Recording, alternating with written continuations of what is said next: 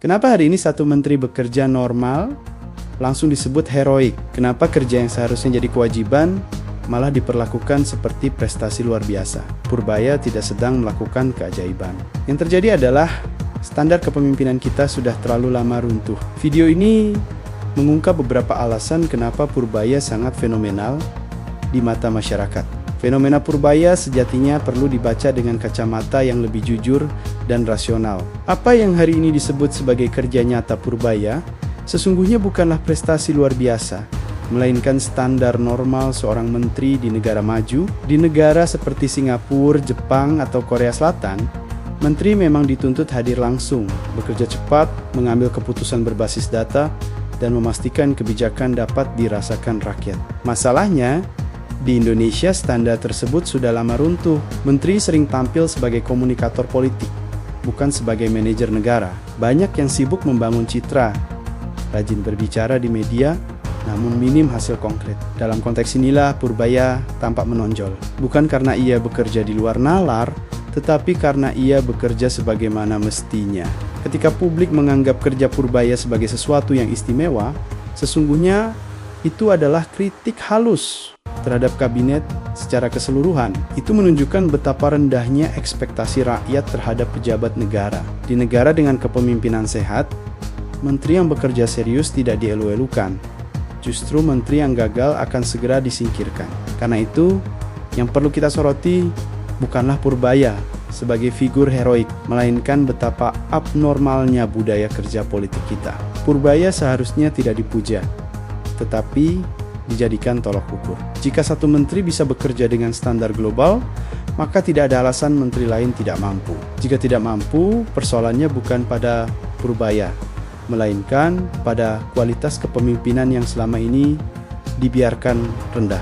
Munculnya narasi the next president terhadap Purbaya sesungguhnya bukan cerminan kehebatan personal semata, melainkan indikator krisis kepemimpinan yang serius. Dalam sistem kepemimpinan yang sehat, kerja nyata pejabat publik adalah hal biasa, bukan sesuatu yang layak dipuja secara berlebihan. Namun ketika satu menteri bekerja relatif disiplin, respons publik justru melonjak drastis. Ini menandakan bahwa standar kepemimpinan nasional sedang berada pada titik yang mengkhawatirkan. Publik Indonesia telah terlalu lama hidup dalam siklus kekecewaan. Janji besar saat kampanye, kinerja minim saat berkuasa.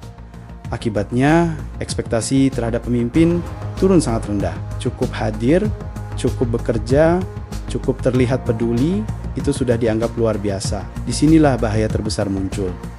Kerja normal dianggap prestasi heroik. Fenomena ini tidak boleh dibaca sebagai euforia, melainkan sebagai alarm. Ketika rakyat mudah terpesona oleh kerja dasar, artinya mereka sudah jarang melihat kepemimpinan yang selalu bertanggung jawab. Lebih jauh, kondisi ini membuka ruang bagi ilusi kepemimpinan, seolah negara sedang berada di jalur yang tepat. Padahal yang terjadi hanyalah pengecualian di tengah kegagalan sistemik. Purbaya hanyalah satu contoh. Yang lebih penting adalah pertanyaan mendasar. Mengapa kehadiran satu menteri yang bekerja sesuai tugasnya bisa menciptakan harapan berlebihan? Jawabannya sederhana, karena kepemimpinan kolektif kita terlalu lama absen. Selama krisis ini tidak diakui, publik akan terus menggantungkan harapan pada figur tunggal, bukan pada sistem yang seharusnya menjamin kualitas kepemimpinan secara menyeluruh. Purbaya menonjol bukan semata karena kinerjanya luar biasa, melainkan karena ia bekerja di tengah kabinet yang kualitasnya timpang. Inilah yang disebut efek kontras. Ketika sebagian besar pejabat menunjukkan kinerja lemah, satu figur yang bekerja sesuai prosedur langsung tampak bersinar. Dalam situasi normal, apa yang dilakukan Purbaya akan dianggap sebagai kewajiban jabatan. Namun dalam konteks kabinet yang syarat masalah, kerja dasar berubah menjadi tontonan politik. Banyak menteri hari ini kerap tampil reaktif, gagap dalam krisis, dan tidak jarang menyampaikan pernyataan yang bertentangan dengan fakta di lapangan. Ada yang minim pemahaman substansi, ada pula yang lebih sibuk menjaga citra ketimbang memastikan kebijakan berjalan efektif. Akumulasi inkompetensi ini menciptakan ruang kosong dalam kepemimpinan. Ketika ruang itu diisi oleh satu orang yang relatif bekerja serius, publik dengan cepat memberi label berbeda, bahkan penyelamat. Masalahnya, pujian berlebihan semacam ini justru berbahaya. Ia menutupi akar persoalan yang lebih besar, yaitu kegagalan kolektif kabinet dalam menjalankan mandatnya. Alih-alih mengevaluasi menteri yang tidak bekerja, perhatian publik tersedot pada satu figur yang dianggap pengecualian.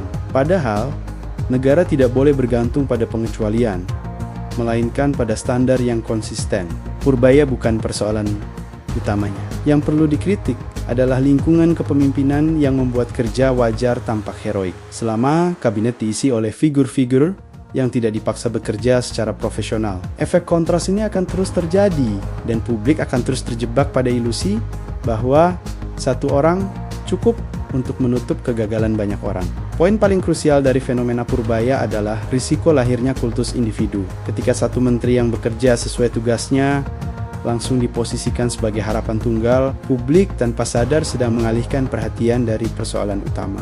Sistem pemerintahan yang gagal menetapkan standar kerja kolektif, negara tidak dibangun oleh figur luar biasa, melainkan oleh mekanisme yang memaksa semua pejabat bekerja secara profesional dan bertanggung jawab. Pengkultusan figur justru menguntungkan sistem yang buruk. Ia membuat kegagalan menteri lain seolah dapat dimaafkan karena ada satu pengecualian yang dianggap cukup mewakili. Padahal, demokrasi tidak membutuhkan pahlawan, melainkan akuntabilitas. Jika hanya satu menteri yang bekerja, sementara yang lain dibiarkan tanpa evaluasi serius, maka masalahnya bukan pada individu, tetapi pada kepemimpinan nasional yang membiarkan mediokritas bertahan. Lebih berbahaya lagi, kultus individu menurunkan daya kritis publik. Kritik dianggap sebagai serangan personal, bukan sebagai upaya memperbaiki tata kelola. Di titik ini, pujian berubah menjadi jebakan. Ia menghambat reformasi struktural dan memperpanjang umur sistem yang rusak. Purbaya seharusnya tidak dijadikan simbol penyelamat, melainkan patokan minimum. Jika satu menteri bisa bekerja dengan standar global, maka seluruh kabinet wajib dipaksa menuju standar yang sama. Fokus kita bukan mencari figur yang disucikan, tetapi memastikan bahwa negara tidak lagi memberi ruang bagi pejabat yang tidak kompeten. Tanpa itu, fenomena Purbaya hanya akan menjadi episode sesaat dalam siklus kegagalan kepemimpinan yang berulang.